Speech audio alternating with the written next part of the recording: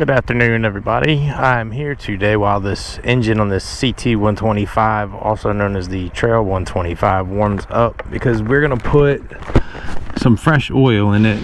Now, normally, I believe the break-in period for the oil is around the 800 mile mark, but this motorcycle's been sitting a lot. It's my wife's bike. It doesn't get used quite as often, and I just don't feel comfortable with the oil being as old as it is sitting in there. Could be fine, but it's just an OCD thing that I have to do. But while we warm this engine up to get it hot for the change, I wanted to just go over a few little reasons that you may want to buy a mini moto like this. Hello. So first of all, you might find yourself looking at like the Navi, the Grom,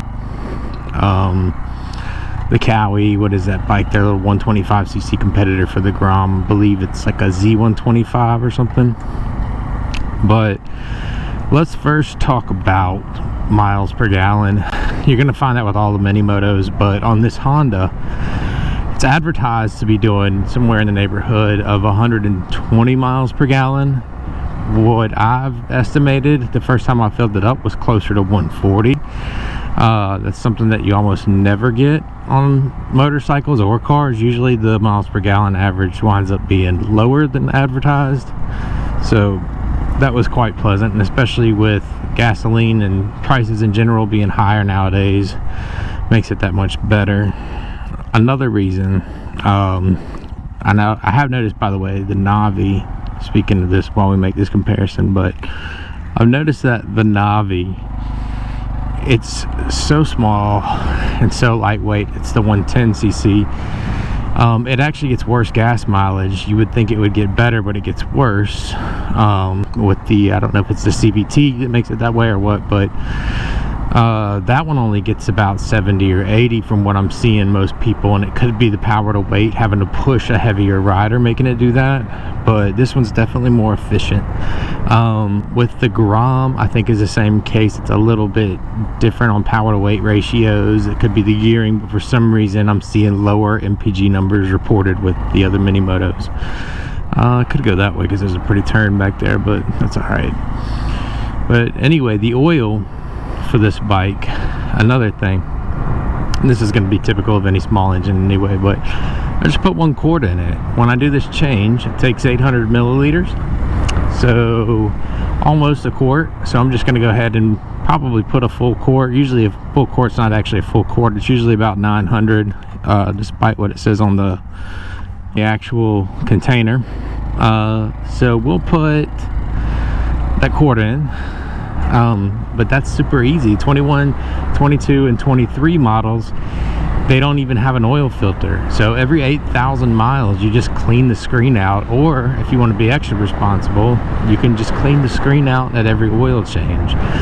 So you don't have to worry about a pesky paper filter. What you got instead is a much more sensible, cheap alternative that you can use over and over again without being as wasteful. The next thing, the bike, it's incredibly light. Our kids drive a TTR 90 that they've now outgrown. So then you have to start looking at bigger bikes for the kids if they want to keep riding, except with this bike, it's so light. And that's a great situation to have. The bike's so light that as they grew out of the TTR 90, we don't have to look at another bike because they've been riding this one around the yard. Especially if you've seen any of my last videos I've made over the last week, you'll see my stepson riding it around the yard, but he's gotten bold to where he's riding it around the neighborhood. He actually prefers the lightness of this bike and riding this to any other thing like trying a bigger dual sport. So massive benefits there.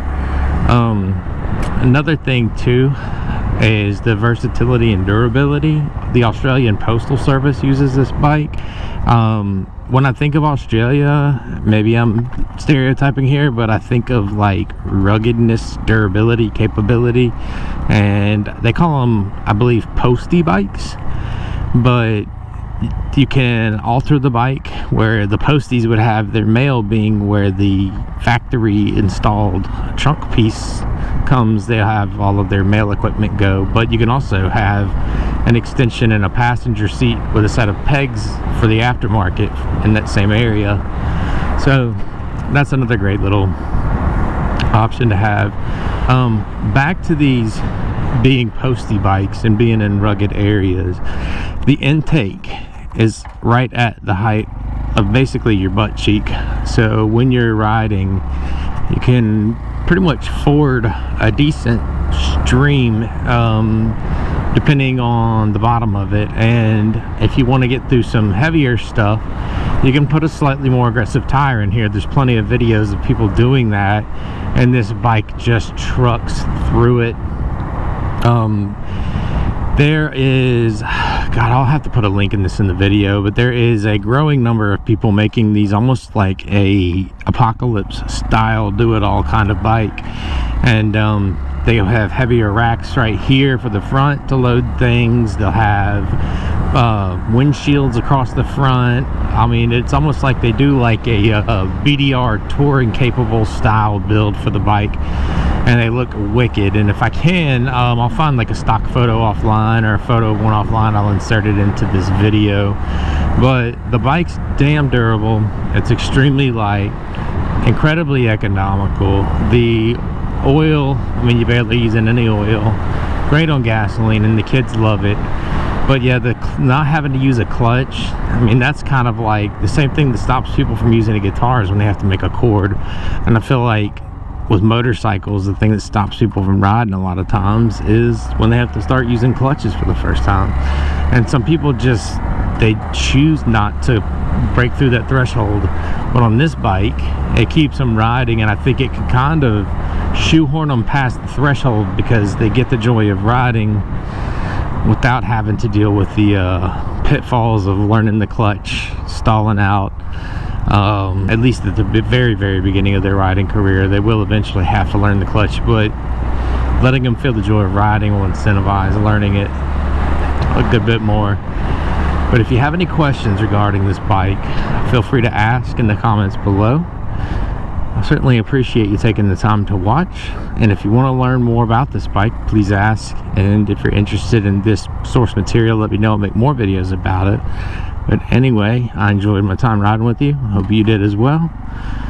Please like and subscribe, and have a good one. Thank you. Quick ADD moment. Another thing I wanted to talk about with this purchase, if you're weighing this bike against other bikes and you're really not sure, remember that on the aftermarket scene, this bike can be probably haggled down to, in the right place, $2,800, maybe $3,200. So you're not having to go super crazy deep into the market on this, and that's something to consider too. Also, if you buy it in the aftermarket, it's going to be already farkled most of the time, and a lot of times nobody's going to have any use for the accessories that they put on the bike, so they usually come with it. Again, if you like what you saw, please like and subscribe, and again, have a great day. Thank you very much.